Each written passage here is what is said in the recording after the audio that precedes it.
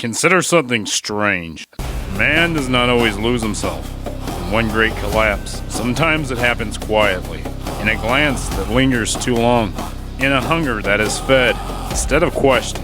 In the small and secret ways, desire begins to ask for a throne.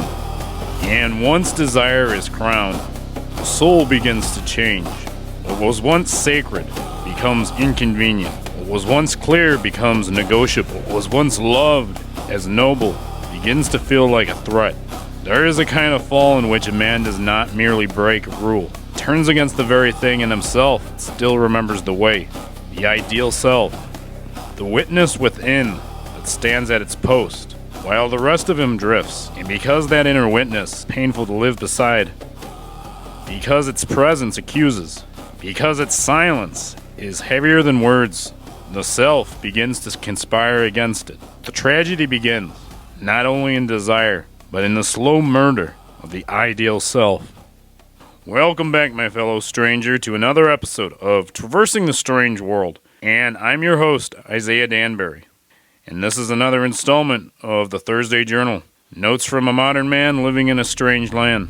Today we are going to be looking at the story of David, Uriah, and Bathsheba, but through the lens that somebody introduced to me. When I interviewed Britt Hartley, she introduced me to the idea of approaching a Bible story in the sense that every character in the story represents a faculty of you. Since then, I have endlessly thought of different Bible stories that we can interpret with this angle. And one that stood out to me recently is the story of David, Uriah, and Bathsheba. So let us begin. Let us look at this story and ask, what could it symbolize about the self? Our main character is David, the famed biblical patriarch. He who stood up to Goliath, the giant, who was known for his integrity and living by a code. The story begins with a small but telling image. The king remains home while other men are at war. And from there, something begins to unravel. David sees Bathsheba. He desires her. And instead of letting desire remain desire, instead of submitting it to his code, to order, he slept with Bathsheba, Uriah's wife.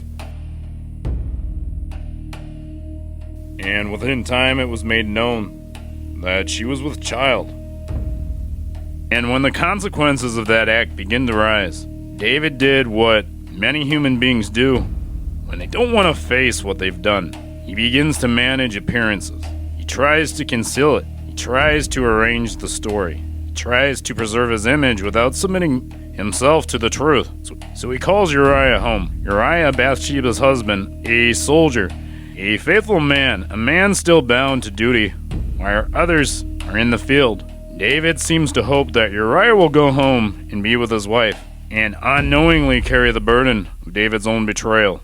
But Uriah will not do it. He refuses the comfort of home, while the ark, the armies, and his brothers remain exposed to hardship. He stays at the door. He remains loyal to the burden. Even in a moment when no one would have blamed him for taking his ease, he refuses. And in that refusal, something painful is revealed. Uriah stands in the story as a man of integrity, while David is moving further into compromise. So David sends him back into battle with a letter in hand that carries his own death sentence, carries the command that will place him in the fiercest part of the fighting, where he is abandoned and killed. And with that, David does not merely commit adultery or deception. He arranges the death of a good man. He refuses the obstacle. He silences the witness. He makes room for desire by destroying a man whose existence now stands in judgment over him. And for a moment, it seems as though the story has been contained, because the truth has a way of returning, and karma is karma. And Nathan brings word to David that the Almighty knows of his wrongdoing, and he is displeased. Not with immediate accusation, but with a story, one that reaches past David's defenses and forces him to hear his own soul from the outside. And when David finally sees it, the mask begins to crack. And that is the story: a king, a desire, a betrayal, a righteous man sent to die, and eventually, the return of the truth.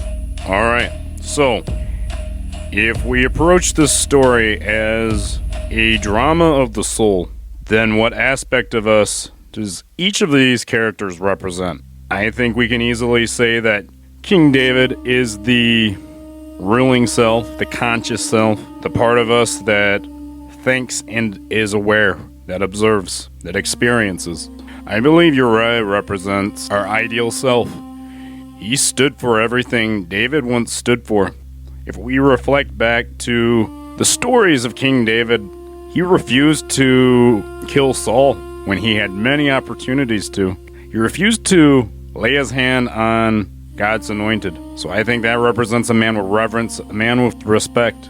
But as David became separated from the challenge, he wasn't out on the battlefield. He got comfortable. And I believe Bathsheba represents desire, temptation. She becomes the object of desire, the thing the ego wants to possess outside of order. Not beauty received rightly, but beauty seized wrongly.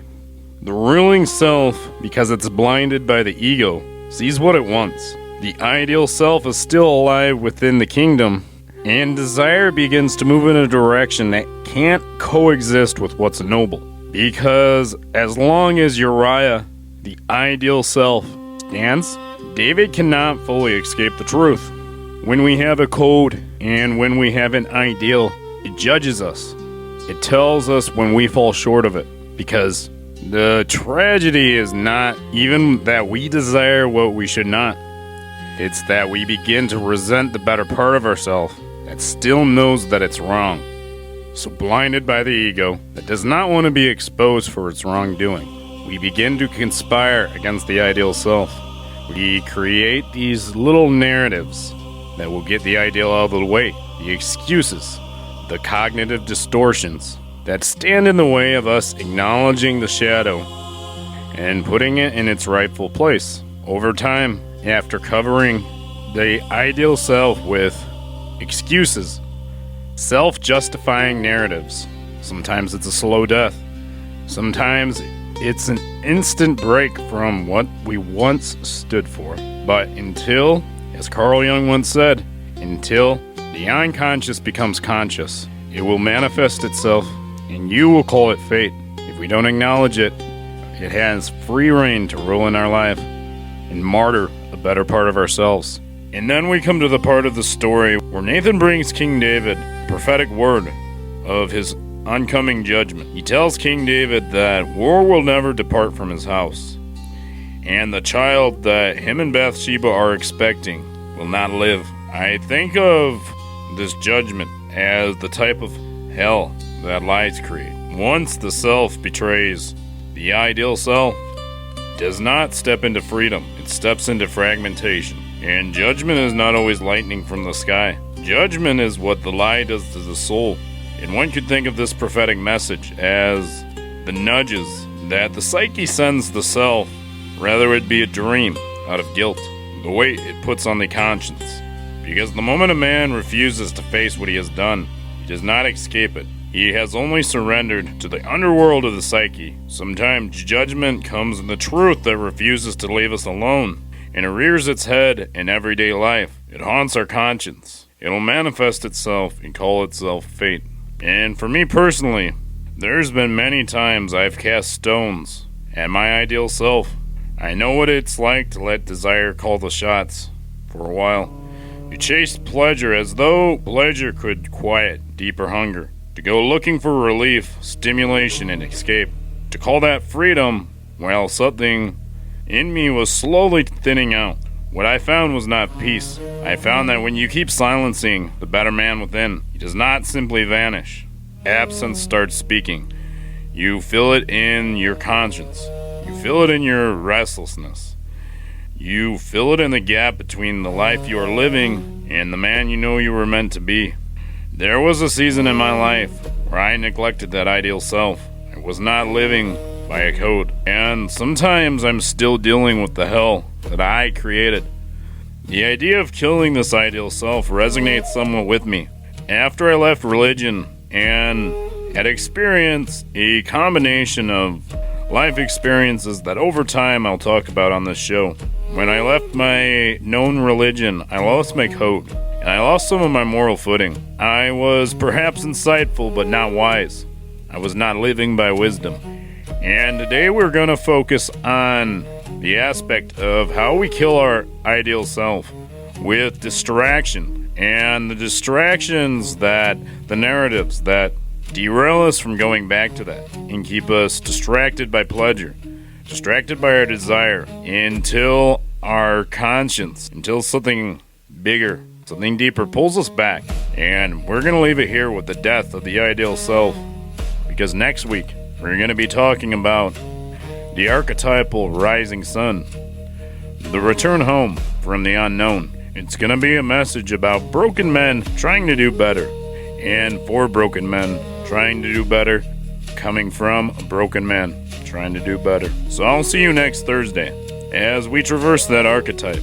What does it say about the self? What does it say about where we can aim ourselves? Because this life can sometimes be a cruel teacher that crushes us under the weight of its thumb to a point where it'll shatter our minds and break our hearts. But sometimes from that cracked seed, that broken seed, transformation begins and new life emerges. And I'm going to leave you there with that. If you're listening on Spotify, like and save, leave a little review. If you're listening on YouTube, like and subscribe, and leave a little comment. I'd love to hear your feedback. Thank you to everybody who's continually tuning in to Traversing the Strange World. You can go ahead and follow us on Facebook if you'd like. The link is going to be in the description. And if any of this resonated with you, and if you want to get this out there, share it with a friend or on social media. And until next time, my fellow strangers, let's keep traversing this strange world. Let's always be introspective. Let us not deny our shadow, but let us acknowledge it. Let's remember always to be curious. Let's be neighborly to folks because they are cast into the same confusing life as us. So at the end of the day, we're all just strangers in a strange land. Until next time, peace.